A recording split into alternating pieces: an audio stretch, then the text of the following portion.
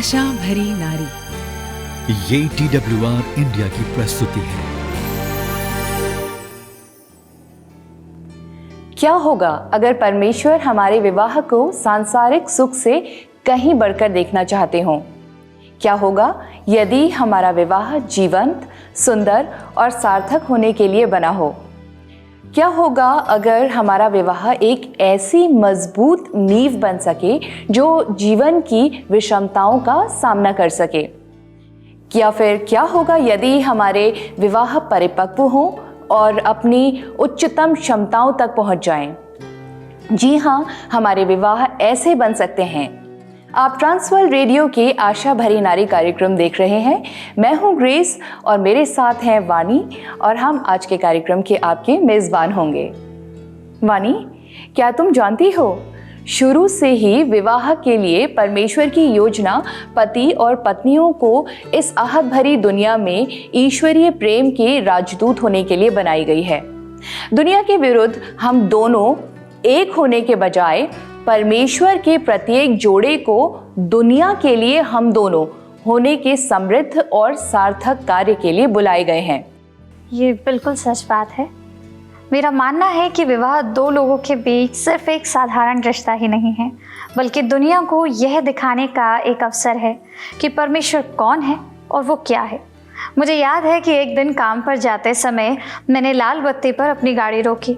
Traffic light पर प्रतीक्षा करते हुए मैंने देखा कि कुछ मजदूर एक पुराने हो चुके रेस्टोरेंट के नवीनीकरण में व्यस्त थे। चींटियों की तरह बढ़ई और अन्य मजदूर इमारत के अंदर बाहर आ जा रहे थे। उनमें से लगभग हर एक ने अपने साथ एक चीज़ को रखा हुआ था, बाहों में लपेटा हुआ था, जो कि था उस इमारत का नक्शा।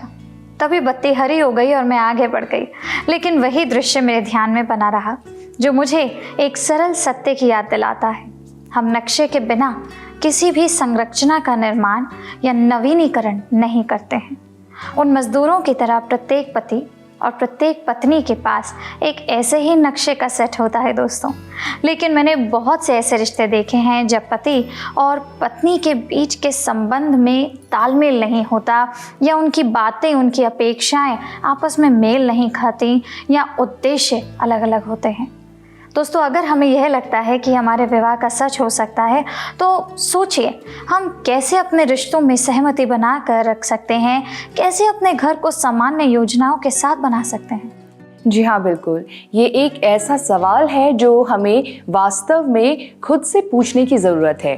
मुझे पता है कि इसका एकमात्र उत्तर वास्तुकार, मूल डिज़ाइनर और जिसने पवित्र शास्त्र में विवाह के लिए अपना नक्शा दर्ज किया है, उससे संपर्क करना है।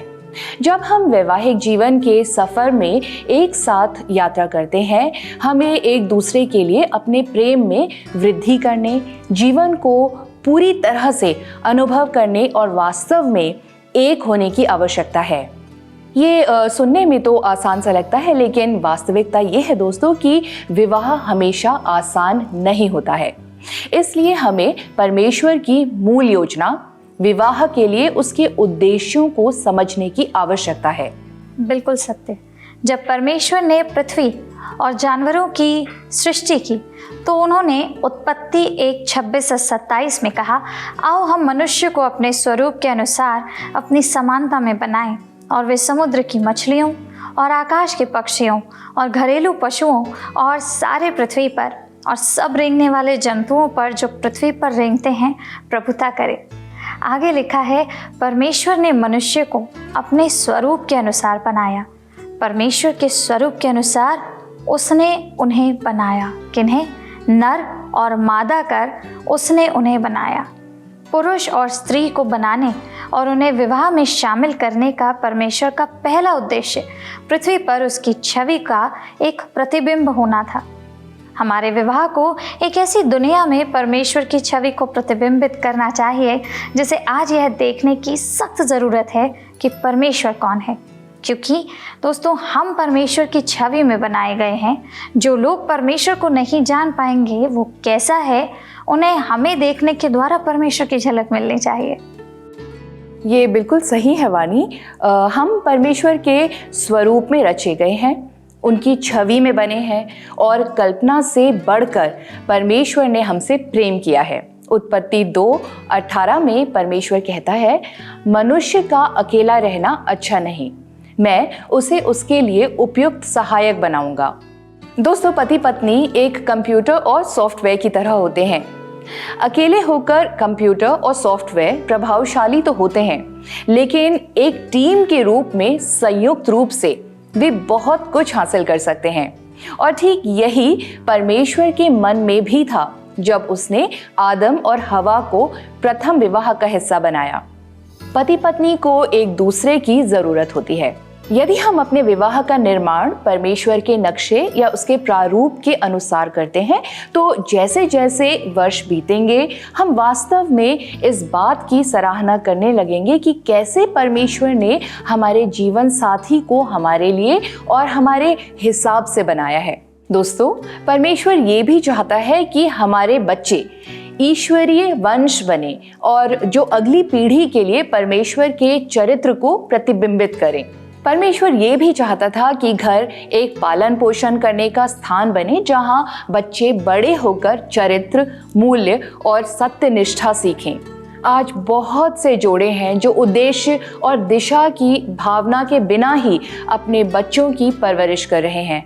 हम मत्ती 28 उसके 18 से 20 की महान आज्ञा के प्रकाश में परिवारों का पालन पोषण नहीं कर रहे हैं, जहां यीशु ने हमें सभी राष्ट्रों को सुसमाचार प्रचार करने की आज्ञा दी है। दोस्तों, हमारे कार्यों में से एक हमारे घर को एक ऐसी जगह बनाना है जहां हमारे बच्चे सीखें कि परमेश्वर से प्रेम करने और उसकी आज्ञा मानने का असली अर्थ क्या है। हमारे घर एक प्रशिक्षण केंद्र होने चाहिए जहां हमारे बच्चे यीशु मसीह की नज़र से लोगों और दुनिया की ज़रूरतों को देखने के लिए तैयार हो सकें। यदि बच्चे बड़े होने पर इस आत्मिक उद्देश्य को नहीं अपनाते हैं तो वे अपना पूरा जीवन, जी हाँ, पूरा जीवन महत्वहीन तरीके से उपयोग कर परमेश्वर के विशेषाधिकार का अनुभव किए बिना ही जीने लग जाते हैं। इस संसार में हमारा विवाह एक दूसरे से बढ़कर महत्वपूर्ण है, क्योंकि यह संसार में परमेश्वर की प्रतिष्ठा को प्रभावित करता है। इसलिए दोस्तों, हमारे लिए यह आवश्यक है कि हम यीशु मसीह को अपने घर के निर्माता के रूप में स्थान दे दें। संसार की लिखी सर्वश्रेष्ठ पुस्तक बाइबल में हम परमेश्वर की महिमा और उनकी रचना के प्रति उनके विशाल प्रेम के बारे में पढ़ते हैं। पहले जोड़े ने परमेश्वर की संगति का आनंद लिया, उसके साथ घूमना और बात करना, जो निसंदेह एक अविश्वसनीय उद्यान था। वे परमेश्वर को जानते थे और वे एक दूसरे को भी जानते थे। वे विश्वास पात्र और साथी थे, एक दूसरे की संगति में स्नेह और आनंद के साथ आशीषित थे। उनके विवाह का प्रारंभिक वाक्य मेरी हड्डी की हड्डी और मेरे मांस का मांस एकता के रूप में एक साथ जुड़े होने के सर्वोच्च आनंद को दर्शाता है। हमारे लिए परमेश्वर के प्रेम की तुलना अपनी पत्नी के लिए पति के प्रेम के रूप में की जाती है। स्वर्ग की तुलना विवाह भोज से की जाती है, और जहां परम दूल्हे यानी कि परमेश्वर के एकमात्र पुत्र को उसकी दुल्हन कलीसिया के क्रूस पर मरने के लिए भेजा गया था। संसार के सबसे बुद्धिमान व्यक्ति सुलेमान के द्वारा सबसे महान गीतों में से एक लिखा गया, जो प्रेम की अनमोलता को चित्रित करता है। और दोस्तों, यही विवाह का अंतिम उद्देश्य और अर्थ है। यह हमारे लिए परमेश्वर का दान है, जो हमें खुशी और परमेश्वर को महिमा देने के लिए बनाया गया है। इस दान के साथ उसने हमें साथी की आशा और उसके साथ और एक दूसरे के साथ जुड़ी हुई आत्मीयता का आनंद प्रदान किया है। धीरे धीरे समय के साथ परमेश्वर न केवल हमारे मतभेदों को स्वीकार करने में, बल्कि उनकी सराहना करने में भी हमारी मदद करता है। इस प्रक्रिया के माध्यम से हम सीखते हैं कि कोई भी सफल विवाह बाइबल के उस सत्य पर निर्मित होता है जिसे परमेश्वर ने हम में से प्रत्येक के 5 उद्देश्यों को ध्यान में रखकर बनाया है: आराधना, संगति, शिष्यता, सेवकाई और सेवा कार्य। जब तक हम यह महसूस नहीं कर लेते कि हमें यहाँ परमेश्वर के उद्देश्यों के लिए रचा गया है, रखा गया है, तब तक हमारा जीवन और हमारा विवाह कठिन, जटिल और थकाऊ होगा। लेकिन एक बार जब हम परमेश्वर की योजना को समझ लेते हैं, जान लेते हैं, तो हमारा जीवन और आपका विवाह एक नया अर्थ ग्रहण कर लेता है दोस्तों। और एक बार ऐसा होने पर हमारा विवाह एक उद्देश्यपूर्ण विवाह बन जाता है। बहनों, याद रखें, बाइबल के ये उद्देश्य आपके विवाह में संतुलन बनाए रखने में मदद करेंगे। आप और आपके जीवन साथी दोनों ही परमेश्वर की महिमा के लिए रचे गए थे। मत्ती 22 उसका 36 से 39 में एक व्यक्ति ने एक बार यीशु से पूछा, सबसे महत्वपूर्ण आज्ञा क्या है? यीशु ने उत्तर दिया, मैं पूरी बाइबल को 2 कथनों में सारांशित कर सकता हूँ। परमेश्वर से प्रेम करो और अन्य लोगों से प्रेम करो। अन्य लोगों में आपका जीवन साथी भी शामिल है। हमारा जीवन रिश्तों के बारे में है, उपलब्धियों के बारे में नहीं है। सबसे पहले और सबसे महत्वपूर्ण ये परमेश्वर के साथ एक रिश्ता विकसित करने के बारे में है जो हमेशा के लिए रहेगा। हम इसे आराधना कह सकते हैं। जब हम अपने जीवन साथी से प्रेम और उसके लिए त्याग करते हैं, तब हम परमेश्वर की आराधना भी करते हैं। जब भी हम परमेश्वर को प्रसन्न करते हैं तो हम उसकी आराधना कर रहे होते हैं। और बाइबल हमें सिखाती है कि अपने जीवन साथी यानी कि जिस व्यक्ति को परमेश्वर ने हमें जीवन भर के लिए दिया है, उससे प्रेम करना परमेश्वर को प्रसन्न करता है।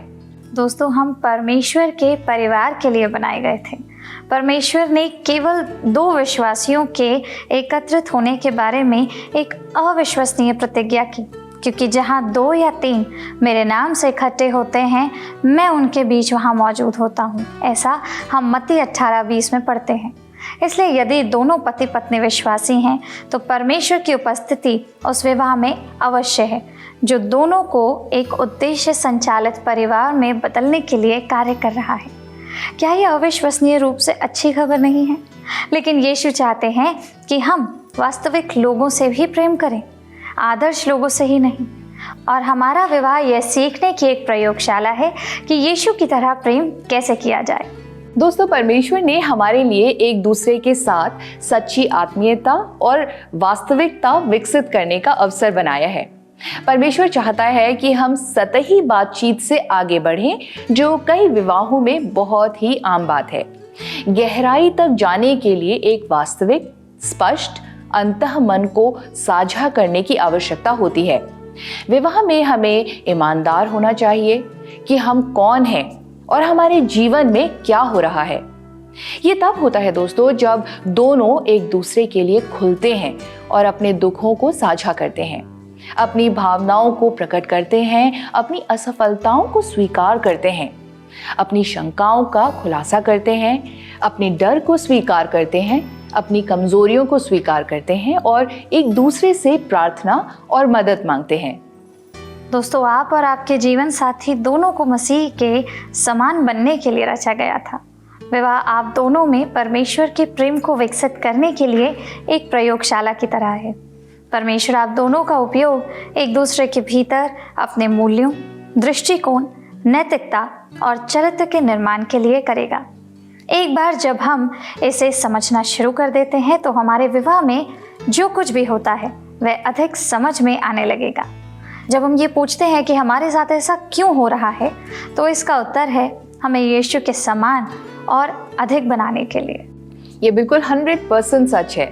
वास्तव में बाइबल हमें सिखाती है कि परमेश्वर हमें ऐसी परिस्थितियों में डालकर हमारे जीवन में कुछ गुणों का निर्माण करते हैं जिससे इन गुणों को दिखाना मुश्किल हो जाता है। दूसरे शब्दों में, परमेश्वर हमें सच्चा प्रेम सिखाने के लिए कुछ अप्रिय लोगों को आसपास रखेगा। हमें वास्तविक आनंद सिखाने के लिए वो हमें दुख के समय से गुजरने देगा। आंतरिक शांति और धैर्य सीखने के लिए वो हमारे जीवन में असमंजस्य और तनावपूर्ण परिस्थितियों के तूफान को आने देगा, जो हमारे धैर्य की परीक्षा लेते हैं और हमें उस पर भरोसा करना सिखाते हैं। पवित्र विवाह नामक पुस्तक में गैरी थॉमस कहते हैं कि विवाह हमें खुश करने के लिए नहीं था, वो हमें पवित्र बनाने के लिए रचा गया था। कैसी अद्भुत बात है ना? यदि हमारे जीवन के लिए परमेश्वर का उद्देश्य हमें यीशु की तरह दिखाना है, तो इसे प्रकट करने का विवाह से बेहतर संबंध और क्या हो सकता है। अगर आपको और मुझे कभी कंप्यूटर प्रोग्राम में जीवन साथी बनाने का मौका मिलता, तो आज शायद हम अपने वर्तमान जीवन साथी को नहीं बनाते। हम वही करते जो ज़्यादातर लोग करते हैं, किसी ऐसे व्यक्ति को बनाने की कोशिश करना जिसके साथ कोई तनाव न उत्पन्न हो। हमें किसी ऐसे व्यक्ति को खोजने की आवश्यकता है जिसके साथ हम शांति प्रिय संगति में रह सकें, न कि हमें अपने समान कोई व्यक्ति खोजने की आवश्यकता है। एक दूसरे के साथ हमारी असहमति से हमारा बहुत विकास होगा। सिद्धता असहमतियों के स्वस्थ समाधान से आती है। ये नदी का वो पानी है दोस्तों जो एक खुरदुरी चट्टान को एक चिकने चमकदार पत्थर में बदल देता है। रिश्ते मानो ब्लेड की तरह बनते हैं। सबसे पहले आग लाल और बेहद गर्म होती है और हर कोई हम में से एक दूसरे के लिए प्यार, रिश्ते की नवीनता को देख सकता है। सच तो ये है कि ब्लेड को अपनी पूरी ताकत प्राप्त करने के लिए ठंडा होना अवश्य होता है। किसी भी रिश्ते में आने वाला कठिन समय वो पानी की तरह होता है जो ब्लेड को मजबूत करता है। हमारे विवाह रूपी ब्लेड को समय समय पर पॉलिश करने की आवश्यकता होती है। ये इतना मजबूत होता है शायद ये चट्टानों को भी काट सकता है। वास्तविकता में दोस्तों, परमेश्वर के लिए बेहतर कौन है जिसके द्वारा वे हमें तराशे, वही जिसके साथ हम सप्ताह के 7 दिन रहते हैं। जब मुश्किल समय आता है तो हमें बस यह महसूस करना होता है कि हमारे जीवन पर काम किया जा रहा है। परमेश्वर हम में से प्रत्येक का उपयोग दूसरे व्यक्ति को यीशु की छवि में अधिक से अधिक आकार देने के लिए कर रहा है। हम में से प्रत्येक पति और पत्नियां दोनों ही परमेश्वर की सेवा करने के लिए बने हैं। दोस्तों, मैं चाहती हूँ कि आप विवाह को एक त्रिकोण के रूप में यानी एक ट्रायंगल के रूप में सोचिए। दोस्तों, क्या आप जानते हैं कि त्रिभुज यानी कि ट्रायंगल सबसे मजबूत आकृति है। परमेश्वर सबसे ऊपर है और पति पत्नी नीचे 2 बिंदुओं पर, एक ही स्तर पर। शीर्ष पर परमेश्वर के साथ एक प्रेम त्रिकोण पूरी तरह से अविनाशी है। यदि पति पत्नी दोनों त्रिकोण यानी ट्रायंगल के शीर्ष पर परमेश्वर से जुड़े हों तो उस बंधन में उन्हें एक साथ रखने की सामर्थ्य होती है। समस्या तब होती है जब हम परमेश्वर को सबसे ऊपर नहीं रखते। अगर हम उसका स्थान उसे ना दें या उसे समीकरण के बाहर कर दें तो पूरा आंकड़ा ही बिगड़ जाता है। इफिसियों 2:10 में बाइबल कहती है, क्योंकि हम उसके बनाए हुए हैं और मसीह यीशु में उन भले कामों के लिए सृजे गए हैं जिन्हें परमेश्वर ने पहले से हमारे करने के लिए तैयार किया। हम दूसरों की सेवा करके और अपने जीवन साथी की सेवा करके परमेश्वर की सेवा करते हैं। परमेश्वर हमें हमारे आत्मिक दानों, हमारे जुनून, हमारी क्षमताओं, हमारे व्यक्तित्व और हमारे अनुभवों के माध्यम से सेवा के लिए तैयार करते हैं। वास्तव में परमेश्वर हमारे विवाह में कठिनाइयों का उपयोग हमें आकार देने के लिए करेंगे कि हम दूसरों के लिए एक प्रभावी सेवक बन सकें। किसी को नशे की लत, व्यवसाय की विफलता या एक विलक्षण बच्चे के दर्द से उबरने में बेहतर मदद कौन कर सकता है? वही जो इन चीज़ों से गुजरे हैं और ईश्वरीय अंतर्दृष्टि के साथ उभरे हैं। दोस्तों, क्या ऐसा है कि हमारे विवाह के ऐसे हिस्से हों जिनके बारे में हमें सबसे ज़्यादा अफसोस या नाराज़गी है? वो बातें जिसे आप छिपाना या भूलना चाहते हैं। ये वही चीज़ है जिसे परमेश्वर एक सेवकाई के रूप में इस्तेमाल करना चाहते हैं ताकि दूसरों को समान संघर्ष में मदद और प्रोत्साहित किया जा सके। परमेश्वर केवल हमारी शक्ति का ही उपयोग नहीं करते हैं दोस्तों, वो हमारी कमजोरियों का भी उपयोग करते हैं और यहाँ तक कि हमारी असफलताओं का भी। हमारे विवाह में ना केवल सेवकाई शामिल है बल्कि इसमें लक्ष्य भी शामिल है। दोस्तों, हमारी सेवकाई विश्वासियों के लिए है और हमारा लक्ष्य गैर विश्वासियों के लिए है। परमेश्वर को अपने प्रेम के बारे में दूसरों को बताने के लिए हमारे विवाह को एक साधन के रूप में उपयोग करने देना, यह हमारे पड़ोस में गवाह होने से लेकर सेवा यात्राओं में एक साथ विदेश जाने तक कई रूप ले सकता है। सच तो यह है दोस्तों कि अगर हम अपने विवाह पर परमेश्वर की आशीष चाहते हैं, परमेश्वर का अनुग्रह चाहते हैं, तो आपको इस बात पर ध्यान देना चाहिए कि परमेश्वर किस चीज़ की सबसे ज़्यादा परवाह करते हैं। वो क्या है? वो चाहते हैं कि उसके खोए हुए बच्चे मिल जाएं। जी हाँ, खोए हुए मिल जाएं। वो चाहता है कि हर कोई उसे और उसके जीवन के उद्देश्य को जान सके। विवाह एक जीवन भर चलने वाली प्रक्रिया है जिसे हमें यह याद दिलाने के लिए बनाया गया है कि हम दूसरे व्यक्ति की ज़रूरतों को अपने से ज़्यादा महत्वपूर्ण समझें, हमसे ज़्यादा आगे रखें। इस तरह से सोचने के लिए इच्छापूर्ण बदलाव की आवश्यकता है जो केवल आपके जीवन में परमेश्वर की सामर्थ्य के माध्यम से किया जा सकता है। जैसे जैसे हम उस बदलाव को लाते जाते हैं, हमारा विवाह अधिक से अधिक उद्देश्य से प्रेरित हो जाएगा, दूसरों की ज़रूरतों पर केंद्रित हो जाएगा और आराधना, संगति, शिष्यता, सेवा और प्रभु के कार्य के उद्देश्यों को संतुलित करेगा। इसका पुरस्कार हमारी कल्पना से भी बड़ा है। आपके और आपके जीवन साथी के लिए परमेश्वर की योजना आपके विवाह के लिए किसी भी चीज से अधिक व्यापक और गहरी है। हमारे विवाह परमेश्वर के अनंत प्रेम, अनुग्रह और दया के जीते जागते हुए उदाहरण होने चाहिए। चाहे हम अच्छे उदाहरण हो, प्रभु की दिशा और आज्ञा पर चल रहे हों, या हम उसके प्रति अवज्ञाकारी और विद्रोही हो रहे हों, हम संसार में एक प्रतीक हैं। इस भटके और नाश होते हुए संसार को हमारा विवाह किस तरह का सुसमाचार दे रहा है? क्या ये परमेश्वर के कभी ना खत्म होने वाले और हमेशा धैर्यवान प्रेम की घोषणा कर रहा है? हमारे विवाह परमेश्वर की महिमा कर सकते हैं और करना भी चाहिए, और बाहरी लोगों की ओर इशारा करते हैं जो एक प्रेम करने वाले और छुड़ाने वाले परमेश्वर की ओर देख रहे हैं। विवाह परमेश्वर द्वारा बनाया गया था, ये उसका है और वो चाहता है कि इसका उपयोग अपने तरीके से और उसके उद्देश्यों के लिए किया जाए। दोस्तों, हमारी एकता भी गवाही के लिए है। परमेश्वर ने हमारे रिश्ते को एक अंधेरी और आहत करने वाली दुनिया के लिए एक शक्तिशाली ज्योति बनने के लिए बनाया है। रिश्ते मानो तेज तलवार की तरह बनते हैं। सबसे पहले आग लाल और बेहद गर्म होती है और हर कोई हम में से एक दूसरे के लिए प्यार, रिश्ते की नवीनता को देख सकता है। सच तो ये है कि तलवार को अपनी पूरी ताकत प्राप्त करने के लिए ठंडा होना आवश्यक होता है। किसी भी रिश्ते में आने वाला कठिन समय वो पानी की तरह होता है जो तलवार को मजबूत करता है। हमारे विवाह रूपी तलवार को समय समय पर पॉलिश करने की आवश्यकता होती है। ये इतना मजबूत होता है शायद ये चट्टानों को भी काट सके। दोस्तों, हमारी प्रार्थना है कि हमारे विवाह वैसे ही हों जैसे परमेश्वर की इच्छा थी, एक जीवन रक्षक, आशादायक और परमेश्वर के प्रेम के परिवर्तनकारी शक्ति के साथ। हम अपने विवाह त्रिकोण यानी उस विवाह के ट्रायंगल के शीर्ष पर परमेश्वर को याद रखना हमेशा सीख सकें।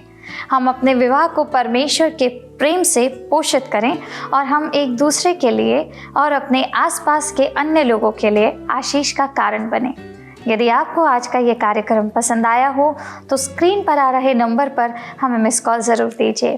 हम आपसे अगले हफ्ते फिर मिलेंगे। तब तक के लिए प्रभु आपको आशीषित करें।